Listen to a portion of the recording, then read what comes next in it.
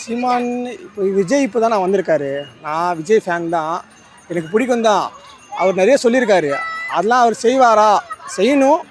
செஞ்சால் நல்லாயிருக்கும். சீமான் வந்து அவர் சொல்லிட்டு தான் இருக்காரு, எனக்கு ஒரு சான்ஸ் கொடுங்க கொடுங்கன்ட்டு. இதுக்கு முன்னாடி கூட மக்கள் அவருக்கு போட்டாங்க. பட் அவங்க எல்லாரும் மக்கள் அவருக்கு போட்டாங்கன்னா போடலை. அவங்க போட்டதில் இப்போ அவங்க பார்த்தீங்கன்னா ஒரு சீட்டு கூட அவங்க ஜெயிக்கவே இல்லை, 0ல் தான் இருந்தாங்க. ஆனால் அவங்களுக்கு போட்ட மக்களுக்கு அந்த ஓட்டெலாம் வேஸ்ட்டாக தானே போச்சு. அவர் டெபாசிட் கூட வாங்கலை. ஏன் அப்படி நடக்குதுன்னு நினைக்கிறீங்க? நல்ல அரசியல் பேசுறாரு, நல்ல போராட்டங்கள்லாம் பண்றாரு, ஆனாலும் ஏன் பிடிக்க மாட்டேங்குதுன்னு நினைக்கிறீங்க அவரை? தெரியலையே, அது பப்ளிக்கை தான் கேட்கணும். அவர் மேலே யாரும் இன்னும் நிறைய நம்பிக்கை வைக்கலன்னு நினைக்கிறேன். இல்லை, இப்போ 2 வருஷத்துல வந்து ஒரு 10 இடத்துல கூட பேசியிருக்காத விஜய்க்கு நம்பிக்கை இருக்குன்னு போது சீமானுக்கு நம்பிக்கை இல்லாமல் போகிறதுக்கான காரணம் என்ன? சீமான் அதுதான் ப்ரோ. சின்ன பசங்கள்லேருந்து இப்போ சீமான் நிறைய பேர் தெரியுமா தெரியாது, கொஸ்டின் மார்க். பட் விஜய் வந்து ஆல்ரெடி ஃபேமு, நிறைய பேருக்கு தெரியும். சின்ன பசங்கள்லேருந்து வயசானவங்க இருக்கும்.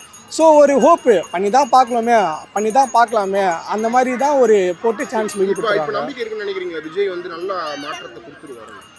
நம்பிக்கை தானே ப்ரோ. நானும் நம்பிக்கை தான், நம்பி வச்சு தான் போட்டிருக்கேன். பார்க்கலாம், கண்டிப்பாக நல்லதாக பண்ணுவார்னு நம்புகிறோம். நடக்கும்.